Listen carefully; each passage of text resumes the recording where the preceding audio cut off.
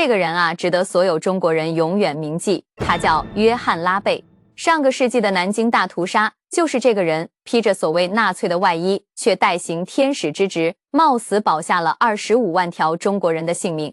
在那个时候，为了建安全区，他给希特勒写信，跟日本人谈判；而为了让难民吃上饭，他散尽家财，自己后来差点饿死。战后为了公开日本的罪行，他四处演讲，还被逮捕。后来写下的日记成了南京大屠杀保存最完整的资料之一。有人说他是中国的辛德勒，是南京大屠杀里的洋菩萨，还是获得票数仅次于白求恩的10大国际友人。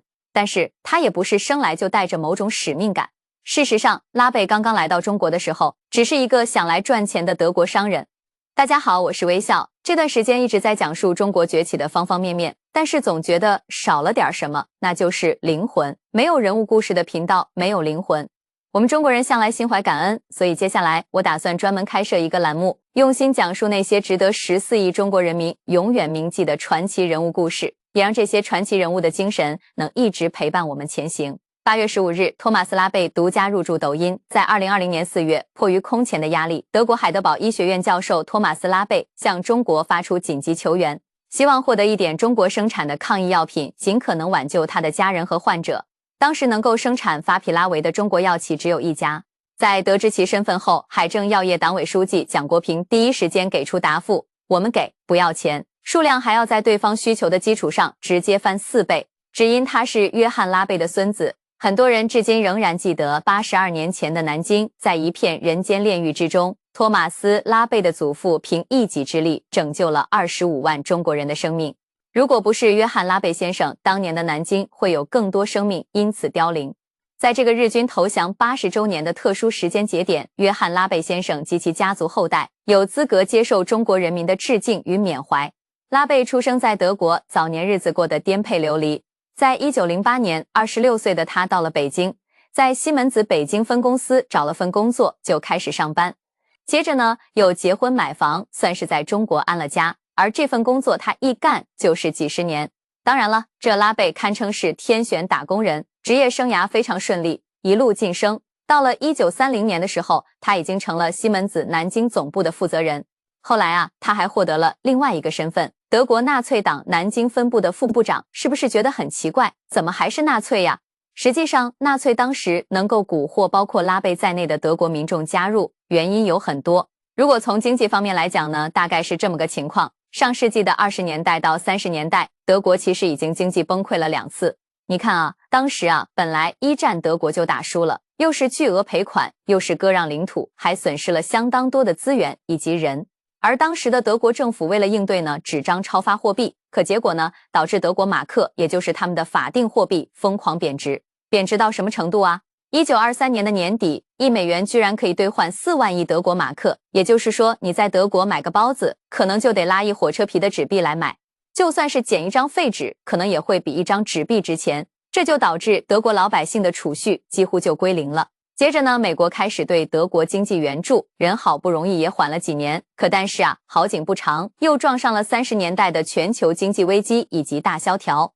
美国人自身难保了，德国这边大量银行破产，农业工业濒临崩溃，失业人口飙升，这第2次。而在正式发动战争之前，纳粹的獠牙还没有完全露出来。希特勒一副救世主的模样，打着国家复兴的幌子，让当时很多德国人都信以为真，并且就加入了纳粹。那当然了，关于拉贝加入纳粹的原因还有别的说法，比如有一种说法就是拉贝加入了纳粹是为了拿补贴来维持住在南京的一所德国学校的运营。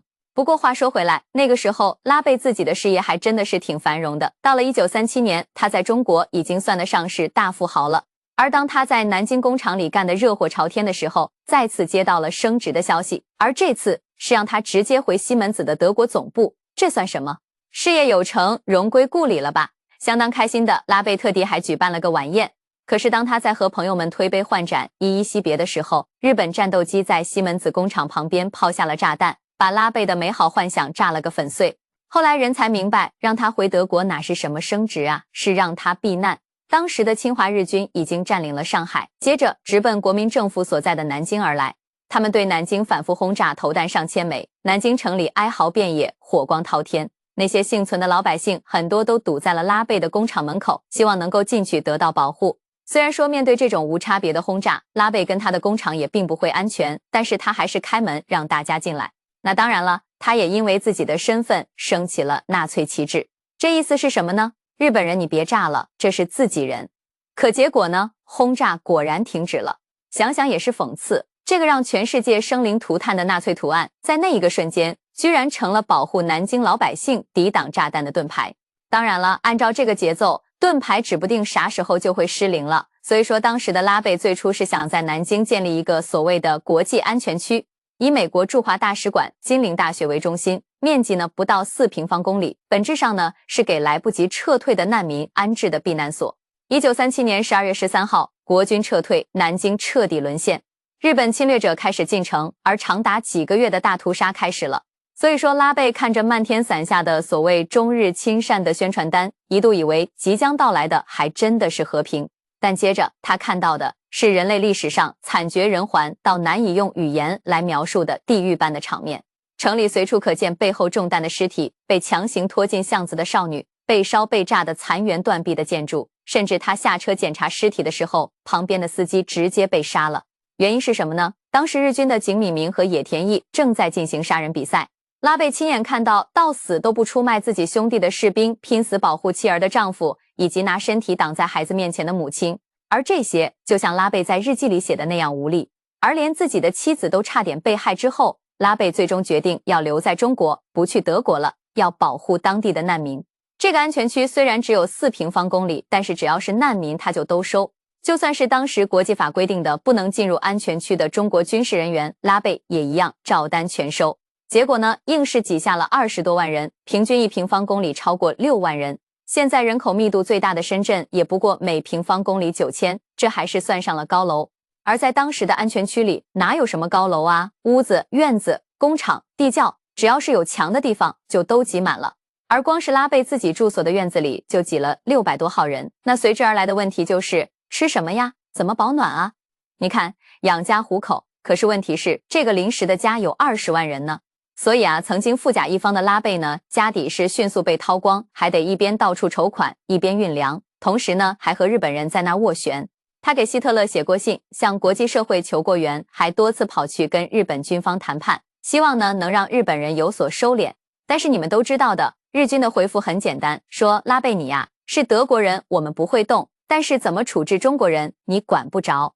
无奈之下的拉贝带着愤恨和悲痛，把所见所闻事无巨细地写成了日记，希望未来有一天日本人能够得到应有的惩罚。而他这2000多页的日记呢，也在后来被公认为南京大屠杀事件数量最多、保存最完整的史料。里面记录着江边数千人被机枪扫射，池塘里无数被反绑手脚的平民尸体，以及无数被车拉走的妇女儿童，还附上了80多张现场的照片。只不过现实对拉贝来说远比日记记得更恐怖。而当整个南京城杀无可杀、抢无可抢的时候，这侵华日军自然还是盯上了安全区。事实上，日本人在当时根本就没有承认过所谓的这个安全区，他们打着搜索中国士兵的名义闯进区域里，面对躺在病床上的病人开枪，成群结队的到女子学院里抓人。而至于安全区里的外国人，他们也照抢不误。而就在那种环境里面，有些外国友人还是在努力地帮助中国难民，比如唯一的外科医生罗伯特·威尔逊，每天都要在尸山血海里面做几十台手术。另外，金陵女子大学的校长明尼·魏特林每晚都要照看4000多名妇女。另外还有一位美国传教士约翰·马吉，冒死偷拍了南京大屠杀唯一的动态影像，成为了日军暴行的关键铁证。当然拉贝就更不用说了，白天他要在人满为患的安全区里面忙得不可开交，晚上还要到街上去巡逻。他干嘛呀？他看到翻墙掳走妇女的日本人就拿枪跟他们对峙，要他们放人。他每天只睡不到4个小时，在这样的高压之下，拉贝中途昏迷过好几次，而且有糖尿病的他还用完了所有的胰岛素。在那段日子里面，他每天都在问自己一个问题，问自己跟安全区还能撑多久。而终于拉贝向外的求援得到了回应。1937年的12月29号，随着各国代表和记者接连返回大使馆，害怕罪行曝光的日军终于承认了南京安全区的存在，并还把它粉饰成了所谓自己的功劳，美其名曰说是要保护难民。但也正是因为拉贝的坚持，安全区也因此救下了20多万名中国人。1938年的新年对南京市民来说很难忘，因为在那天，拉贝把仅剩的最后一点钱当成了红包，分给了安全区的孩子。而难民们呢，也向拉贝三鞠躬，献给他一块写着“您是几十万人的活菩萨”的大红绸。38年的2月，早已经把拉贝当作眼中钉的日军联系了德国政府施压，最后要逼他返回德国。而拉贝在得知消息之后，悲痛欲绝。而从出门到上船，日军全程跟随，为的就是防止他跟媒体接触。而不过这些并没有让拉贝学会低头。回到德国的他，在20多天时间里面举行了5场演讲，展示证据，希望让日本侵略者得到应有的惩罚，并再次向希特勒写信，提交南京大屠杀的报告。可惜的是，二战中的世界似乎无暇顾及，完全无视了拉贝的报告。希特勒到底是什么样的人？现在我们都清楚了，这是所托非人。而拉贝之后的命运凄惨而坎坷，他先被德国秘密警察盖世太保逮捕入狱，后来还因为纳粹的身份，先被苏联逮捕，后来被西门子解雇。晚年穷困潦倒，艰难到全家只能煮菜汤果腹的地步。他的妻子饿到只剩44公斤。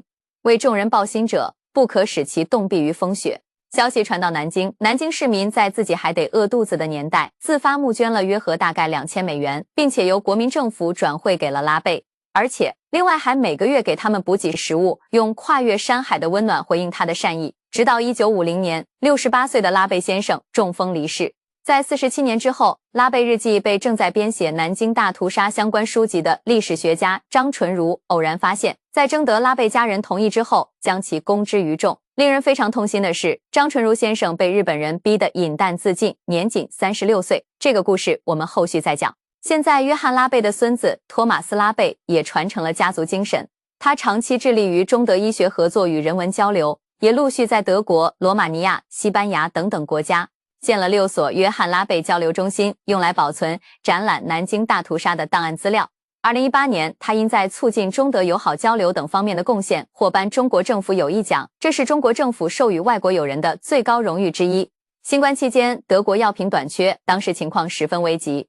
托马斯·拉贝拨通了中国驻德国大使馆的电话，中方迅速响应，仅仅几天时间，一大批抗疫物资就被送到了手里。这里面包括3万只口罩、620瓶抗疫药品，还有200套防护服。要知道，这些物资在当时可谓千金难求。拉贝先生本人的结局似乎并不美好，但是他用自己人性的光辉，给当时南京人民的至暗时刻带去了光亮。